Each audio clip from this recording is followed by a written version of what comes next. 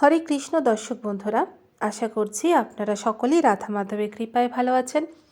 আজ আমরা শ্রীমদ্ ভগবদ্গীতার ২য় অধ্যায় সাংখ্যযোগের ৫২ এবং ৫৩ নম্বর শ্লোকটি পাঠ করব।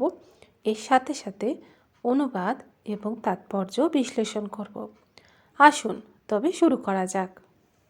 यदा ते महकालीलं बुद्धिव्यर्थितरिष्यति तदा गन्तस्य निर्वेदं শ্রোতব্যস্য শ্রুতস্য চ। অনুবাদ: যখন তোমার বুদ্ধি মোহরব গভীর অরণ্যকে সম্পূর্ণরূপে অতিক্রম করবে, তখন তুমি শ্রুত ও শ্রোতব্য আদি সব কিছুরই প্রতি সম্পূর্ণরূপে নিষ্প্রিয় হতে পারবে। তাৎপর্য: ভগবানের মহান ভক্তদের অনেক সুন্দর দৃষ্টান্ত আছে, যারা কেবলমাত্র ভগবত ভক্তি গ্রহণ করার ফলে বৈদিক আচার অনুষ্ঠানের প্রতি উদাসীন হয়ে গিয়েছেন। যখন কোনো ব্যক্তি ভগবান শ্রীকৃষ্ণকে জানতে পেরে তার সঙ্গে নিজের সম্বন্ধে অবগত হন, তখন তিনি স্বাভাবিকভাবে বৈদিক কর্মকাণ্ডের অনুষ্ঠানের প্রতি সম্পূর্ণরূপে উদাসীন হয়ে যান। এমনকি তিনি যদি একজন অভিজ্ঞ ব্রাহ্মণও হন, মহাভগবত ও গুরু পরম্পরার ধারায় এক মহান আচার্য শ্রীমাধবেন্দ্র পুরী বলেছেন যে, হে আমার ত্রিসন্ধ্যা বন্দনা, তোমার জয় হোক। হে স্নান, তোমাকে প্রণাম করি। হে দেবতাগণ, হে পিতৃপুরুষগণ, তোমাদের উদ্দেশ্য তর্পণ করার অক্ষমতার জন্য আমাকে ক্ষমা করো। এখন আমি যেখানেই অবস্থান করি না কেন, আমি যদুকুল শ্রেষ্ঠ কংসারী শ্রীকৃষ্ণকে স্মরণ করতে পারি, আর এইভাবেই আমি সমস্ত পাপের বন্ধন থেকে মুক্ত হতে পারবো। আর মনে হয় এটি আমার পক্ষে যথেষ্ট। পারমার্থিক মার্গে যারা নবীন, তাদের বেদের নির্দেশ অনুযায়ী বিবিধ আচার অনুষ্ঠান পালন করা একান্ত প্রয়োজন। যেমন খুব সকালে স্নান করা, পিতৃপুরুষের উদ্দেশ্যে তর্পণ করা ইত্যাদি। কিন্তু কৃষ্ণগত প্রাণ হয়ে যিনি ভক্তি সহকারে ভগবানের সেবায় নিয়োজিত থাকেন, তিনি এই সমস্ত আচার অনুষ্ঠানের প্রতি নিষ্প্রিয় হয়ে যান, কারণ তিনি ইতিমধ্যেই পরম সিদ্ধি লাভ করেছেন। যদি কেউ পরমেশ্বর ভগবান শ্রীকৃষ্ণের সেবায় মাধ্যমে উপলব্ধির স্তরে উন্নত হতে পারেন, তাকে আজ শাস্ত্রে নির্দেশিত তপশ্চার্যি পালন করতে হয় না।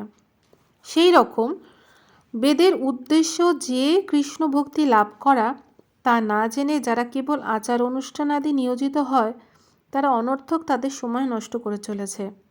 যে মানুষ ভগবত ভক্তি লাভ করেছেন, তিনি সপ্তব্রহ্মের অর্থাৎ বেদ ও উপনিষদের স্তর অতিক্রম করেছেন।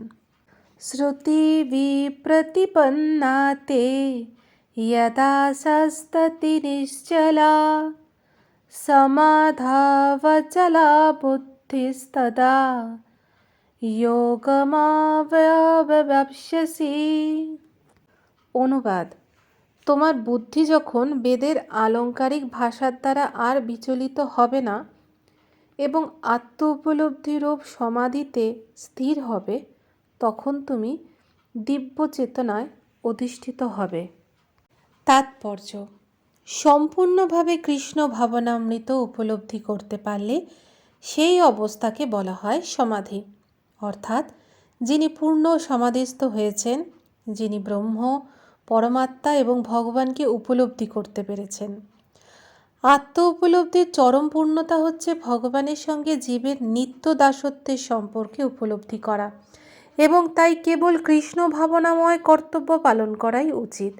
কৃষ্ণ ভাবনাময় নৈষ্ঠিক ভক্তের বেদের মনোরম বর্ণনার দ্বারা বিক্ষিপ্ত হওয়া উচিত নয়, বা স্বর্গসুখ ভোগ করার জন্য সকাম কর্মের অনুষ্ঠান করা উচিত নয়।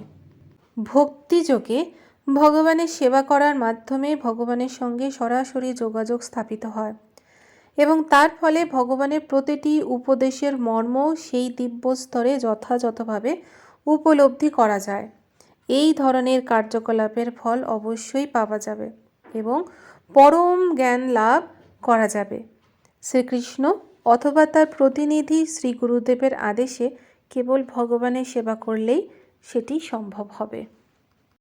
তাহলে দর্শক বন্ধুরা, এই ছিল আমাদের শ্রীমদ্ ভগবদ্গীতার 2য় অধ্যায় সাংখ্যযোগের 52 এবং 53 নম্বর শ্লোকের তাৎপর্য।